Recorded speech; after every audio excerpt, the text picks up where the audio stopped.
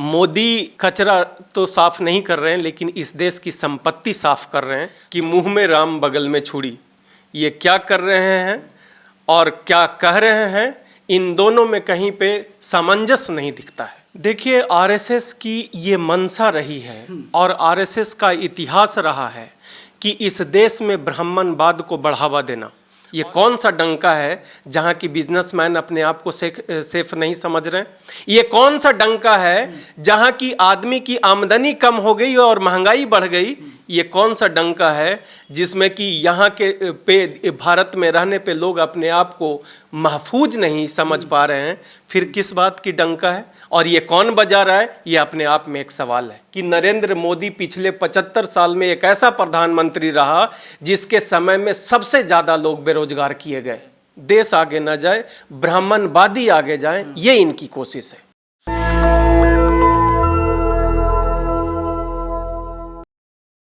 प्रधानमंत्री मोदी की आर्थिक सलाहकार परिषद के अध्यक्ष विवेक देव रॉय का कहना है कि भारत को नए संविधान की जरूरत है। मेरे साथ हैं हाईकोर्ट के वकील, दिल्ली हाईकोर्ट के हैं प्रवीण जी। कैसे देखते हैं आप? बयान सामने आया, देश को नए संविधान की जरूरत है। देखिए, मेरा तो ये मानना है कि कुछ सरफिरे लोग इस देश में जो कॉन्स्टिट्यूशन के बेसिक फ्रेमवर्क को भी चेंज करना चाहते हैं, जो संविधान अलाउ नहीं करता है। और इस बात को सुप्रीम कोर्ट ने पहले ही अपने Kesavananda versus state of Kerala में उन्होंने इस बात को क्लियर कर दिया है कि देश का जो संविधान है उसका बेसिक स्ट्रक्चर और डॉक्ट्राइन है, उस पे कभी भी आघात नहीं किया जा सकता है, उसमें परिवर्तन संभव नहीं है। वो उसकी जान है और अगर किसी देश की संविधान की जान निकाल देंगे तो वो देश एक मृत अवस्था में पहुंच जाएगा। तो मैं तो कहता हूं कि विवेक देवराय एक मानसिक रूप से बीमार व्यक्ति है। बहुत बड़ा आप एक तरीके से आरोप लगा रहे हैं उनके ऊपर, उनको मानसिक बीमार बता रहे हैं आप। मैं संविधान की बात करता हूं और इस देश में संविधान को नहीं मानने वाला हर वो लोग जो संविधान को और उसके बेसिक प्रिंसिपल्स को नहीं समझता है और जानता है, पता नहीं वो किस प्रकार से प्रधानमंत्री के आर्थिक सलाहकार और उसके भी चेयरमैन बना दिए गए। ये अपने आप में एक सवाल है। व्यक्ति है, कोई ऐसा नहीं है कि ऐरा गैरा नत्थु गैरा है, बाकायदा जो है कि नरेंद्र मोदी द्वारा नियुक्त किया गया है, सरकार ने नियुक्त किया उन्हें।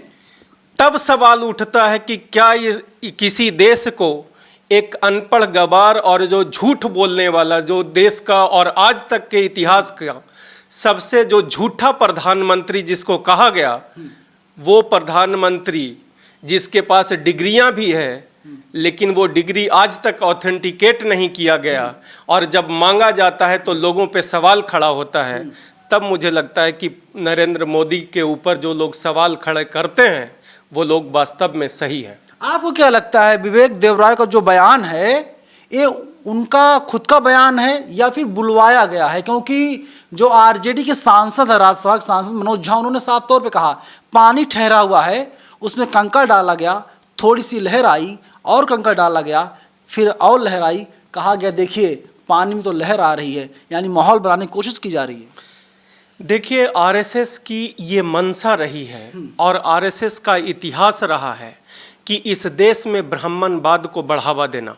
और जब हम कहते हैं ब्राह्मणवाद को बढ़ावा देना तो आरएसएस के गुरु माने जाने वाले गोलवलकर ने लिखा है अपनी किताब में कि जिस दिन देश की सत्ता ब्राह्मणवादियों के पास आ जाए, उनको अपने सत्ता का सारा पैसा, देश का पूरा पैसा, लगभग 2-4 जो उनके मित्र मंडली के लोग हैं, जो विश्वासी लोग हैं, उनके हाथों में सौंप देना चाहिए और इस देश की 95% आबादी को गरीब, बेरोजगार और लाचार कर देनी चाहिए और तब सत्ता अगले 7 पुश्तों तक उनके हाथ में रहेगी। और मुझे लगता है कि उसी को ये लोग वास्तविकता के रूप में करने के लिए वो लोग ये सारा प्रयास कर रहे हैं। मनवादी व्यवस्था में, ब्राह्मणवादी व्यवस्था में देखा जाता है कि उन्हें जो है कि किसी को बराबरी का अधिकार ना दिया जाए और जो हमारा संविधान है, संविधान कहता है कि सब लोग बराबर हैं, सब लोग समान हैं, तो क्या फिर वही देश में जो संविधान भी लागू है, संविधान हमारा है, इसको खत्म करके मनुस्मृति को लागू किया जाए? तभी तो मैं कहता हूं कि ये वो लोग हैं जो मानसिक रूप से बीमार हैं और जो संविधान को मानने के लिए तैयार नहीं है और उसके बेसिक प्रिंसिपल में भी बदलाव करने की बात करते हैं, तो इसको मानसिक बीमारी से कम कुछ नहीं कहा जा सकता। लोग जानना चाहते हैं, वकील साहब समझना चाहते हैं कि क्या ऐसा कोई प्रावधान है, ऐसा कुछ है कि संविधान को ही बदल दिया जाए? बिल्कुल नहीं है। आर्टिकल 368 में मैंने आपको अभी बताया कि उसमें प्रावधान है कि संविधान में जरूरत पड़ने पर इस देश के विकास को ध्यान में रखते हुए उसमें बदलाव किए जा सकते हैं, लेकिन उस बदलाव की एक सीमा है। वो किसी हर रूप में बिल्कुल संविधान खत्म नहीं किया जा सकता है।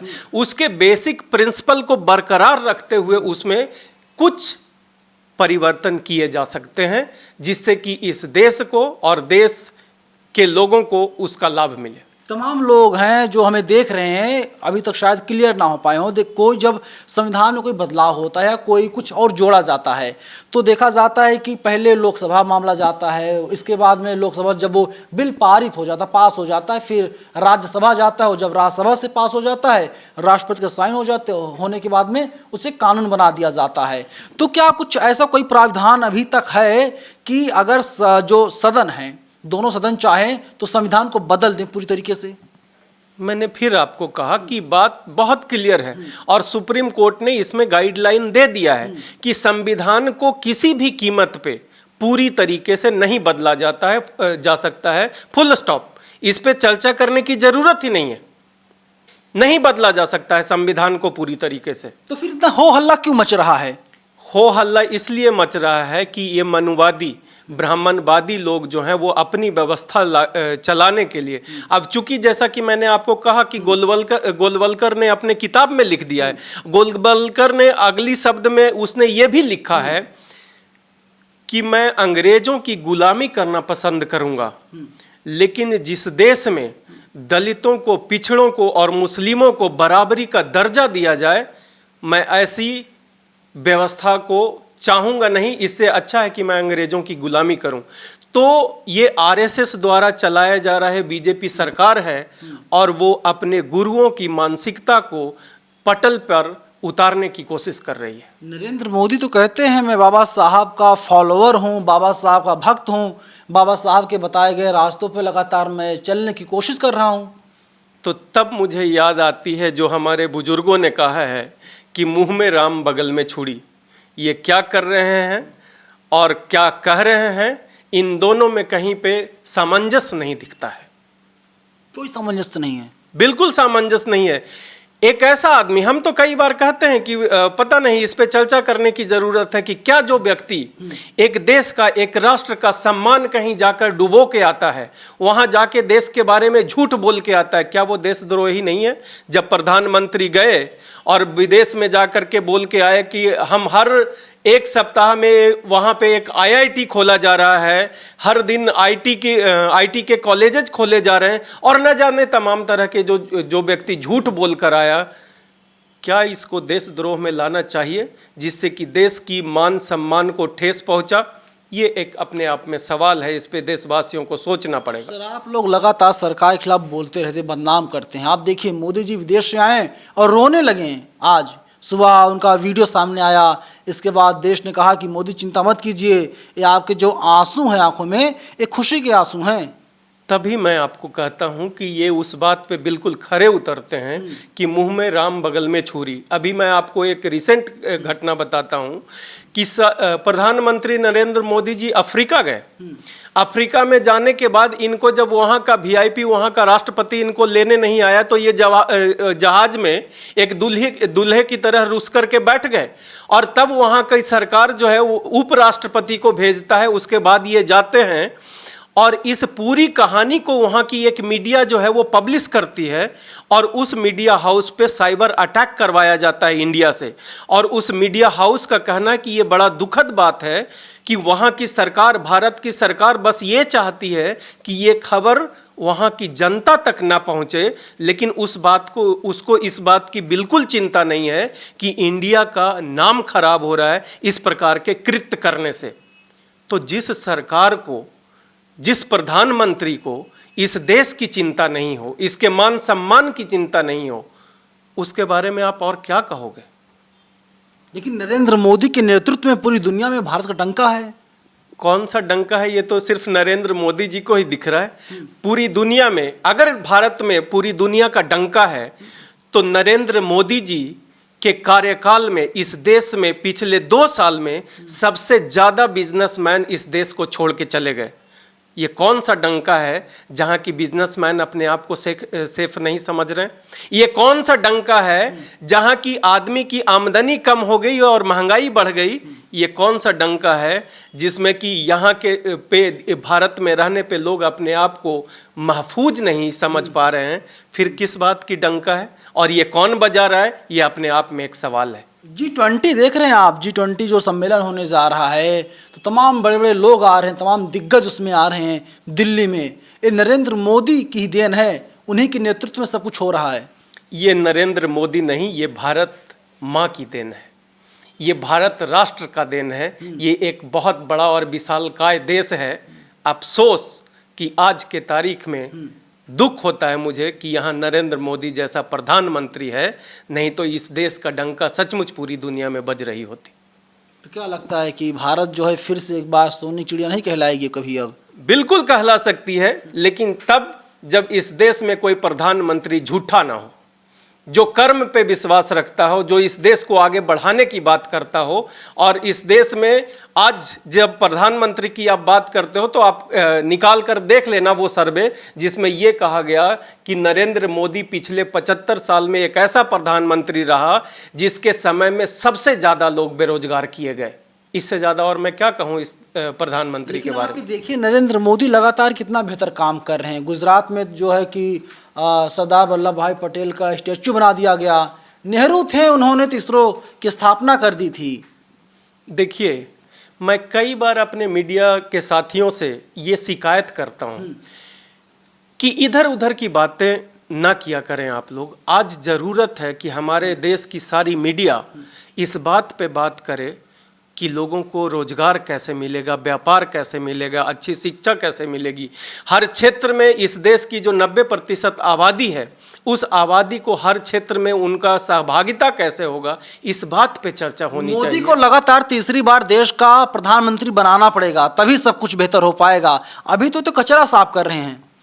मोदी कचरा तो साफ नहीं कर रहे हैं, लेकिन इस देश की संपत्ति साफ कर रहे हैं। जो गोलवालकर ने कहा कि अपने मित्रों को, अडानी अंबानी का नाम लगातार हर दिन आप सुन रहे हैं, जिसको अभी मुझे मेरे मित्र ने बताया कि जिसको तीर चलाना नहीं आता है उसको राफेल का ठेका दिया जा रहा है। कहने का मतलब कि जिसको कुछ भी नहीं आता है, जिस क्षेत्र का नॉलेज नहीं है, ये देश उसको अपनी सारी जिम्मेदारियां देते जा रहा है। तो है राम राज्य सर कि जिनको नहीं आता उनको मौका दिया जा रहा है कि आप आइए, काम कीजिए आगे बढ़ के। ये देश युवाओं का देश है। यहाँ की 60% आबादी युवाओं की है और पहले उन युवाओं को ट्रेंड कीजिए और उनको ट्रेंड करने के बाद उनको जिम्मेदारी दीजिए। इसको जिम्मेदारी कहते हैं। किसी अनभिज्ञ आदमी को एक जिम्मेदार पद दे देना, इसको जिम्मेदारी नहीं कहते हैं। और ये मोदी जी का अच्छा काम नहीं बल्कि इसको बुरा काम कहा जाएगा। संविधान पर फिर से लौटते हैं सर। संविधान बदलने की बात लगातार हो ही रही है, लेकिन रक्षा कौन करेगा संविधान की? इस वक्त रक्षा करने की जरूरत है। अपोजिशन तो लगातार कह रहा है, इंडिया वाले लगातार कह रहे हैं कि अगर 24 में मोदी जी आ गए तो संविधान को पूरी तरीके से नष्ट कर देंगे। हो सकता है चुनाव ही ना हो 2024 के बाद। मुझे तो ऐसा लगता है कि इसमें अपोजिशन की भी मिलीभगत है, क्योंकि ये सारी राजनीतिक पार्टियां, खास करके जो राष्ट्रवादी पार्टियां हैं, राष्ट्रीय स्तर की पार्टियां हैं, वो लगभग राजनीतिक पार्टियां जो है वो ब्राह्मणवादी विचारधारा की है। तो तब आपने देखा कि जब 10% ब्राह्मणों को, ब्राह्मणवादियों को 10% आरक्षण दिया, सब लोगों ने बड़े शांति से इस बात को स्वीकार कर लिया। EWS कैटेगरी में। तो ये लोग तो चाहते हैं कि ये दुनिया हंगामा करते रहे और कुछ इस प्रकार का व्यवस्था आ जाए जिसमें ब्राह्मणवादियों को एक अच्छी और बेहतर जिंदगी जीने का मौका मिले, जिसका लगातार प्रयास वो कर रहे हैं। और वो चाहते हैं कि मनुस्मृति इस देश में लागू हो, ताकि जिस मनुस्मृति में ये लिखा गया है कि शूद्र वर्ण के लोगों को शिक्षा का अधिकार नहीं है, संपत्ति रखने का अधिकार नहीं है, शूद्र वर्ण लोगों का सबसे बड़ा जो कर्म है, जो सबसे उनके लिए पुण्य कर्म है, वो है ब्राह्मणों की सेवा करना। तो ये तो चाहते हैं देश को वहां तक ले जाना। देश आगे ना जाए, यही कोशिश है। देश आगे ना जाए, ब्राह्मणवादी आगे जाए, ये इनकी कोशिश है। तो दलितों का क्या होगा, पिछड़ों का क्या होगा, महिलाओं का क्या होगा, अल्पसंख्यकों का क्या होगा? क्या होगा? जो हो रहा है वो देख रहे हैं, उसका बानगी तो आपको देखने को मिल रहा है। आपको मणिपुर में देखने को मिला कि महिलाओं के साथ क्या होगा आने वाले समय में। रोज इस देश में लगभग 150 से ज़्यादा दलित लड़कियों के साथ किस प्रकार की बात हो रही है, ये मैं मुंह से बोलना भी नहीं चाह रहा हूँ, ये आप लोग देख रहे हैं, यही होगा।